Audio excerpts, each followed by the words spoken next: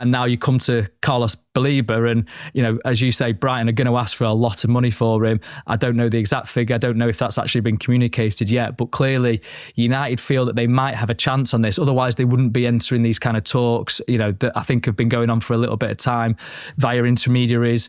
And now, as David Ornstein's reported, with Brighton as well. So I think United feel that this is the summer to try and steal a march on other clubs that might go for him next year.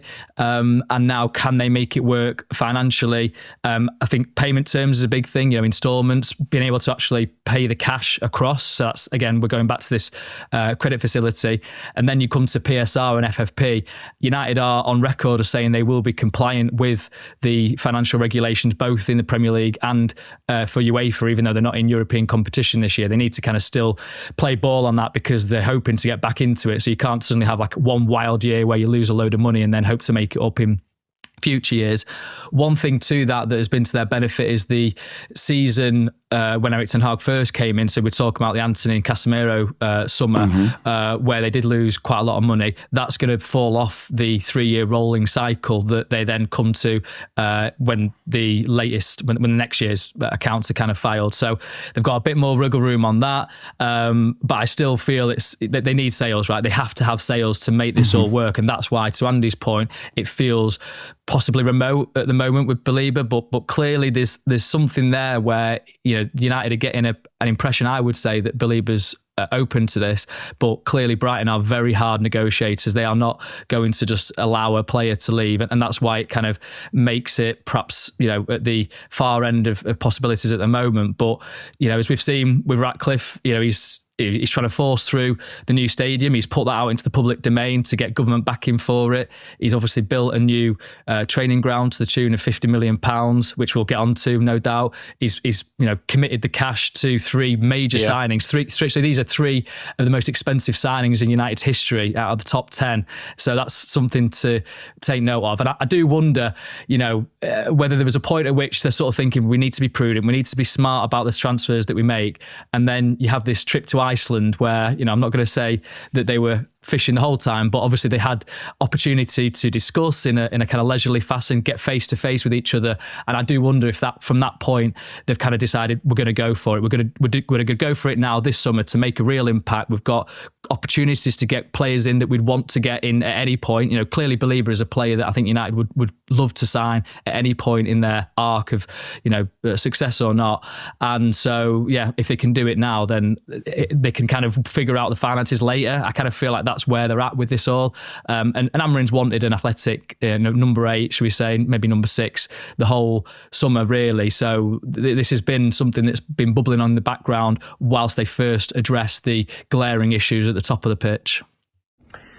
And then, guys, one more name we have to mention again today is Carlos Baleba. Because for Carlos Baleba, I don't expect any development today, so the situation was quiet today. But over the weekend, Manchester United maintained contacts with the agents of the player. So Manchester United remain in direct contact.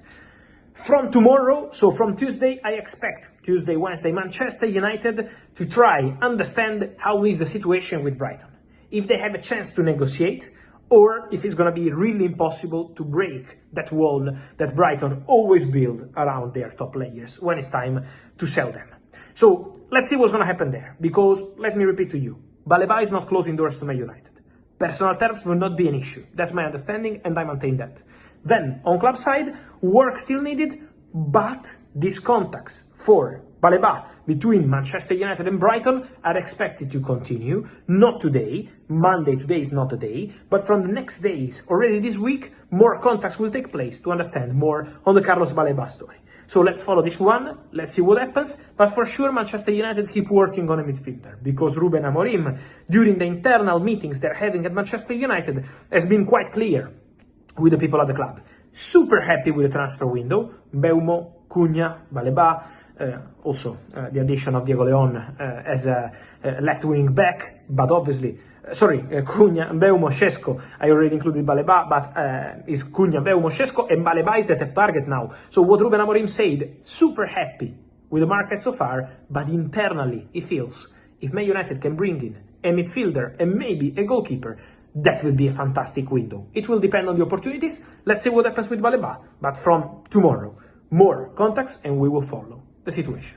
Manchester United are aiming to send shivers down the spine of the footballing world, and that's exactly what will happen if they pull off a summer deal for Carlos Baleba. With Brighton demanding more than £100 million and United already spending close to £200 million on 3 new signings, securing Baleba would be nothing short of a shockwave, especially after the club spent weeks pleading poverty heading into the window. Talks with Baleba himself have gone smoothly. That's half the battle. But the bigger fight is with Brighton, who are determined to make the deal as difficult as possible. For this move to happen, Baleba may have to take matters into his own hands, much like Bryan Mbeumo did. The Mbeumo deal took time because United could afford to be patient. The forward had already made it clear he wanted Old Trafford, which shut down any bidding wars or last-minute hijacks. And while United negotiated hard with Brentford, players inside the dressing room were busy doing their part, constantly talking to Mbeumo, encouraging him to stay firm on his choice and taking leverage away from Brentford. We know Andre Onana was one of those voices, and since Mbeumo's arrival, he's confirmed as much. Now, according to The Athletic's David Ornstein, United are using the exact same tactic for Carlos Baleba. A number of United players have been in direct contact with the Brighton midfielder, painting a picture of the club's future and its ambitions. As a fellow Cameroonian, Onana is almost certainly involved again, and Mbeumo's presence only strengthens that connection. If United pull it off, Baleba would complete a Cameroonian trio alongside Onana and Mbeumo, a powerful blend of talent, chemistry and national pride right at the heart of Old Trafford. Brighton won't make it easy, and the price tag is steep. But United's approach, combining boardroom negotiations with player-to-player influence, could prove decisive. The message is clear. When this club truly wants a player, they attack the deal from every possible angle. If Baleba decides he wants Manchester United badly enough, just like Mbeumo did, then Brighton's resistance might only be delaying the inevitable.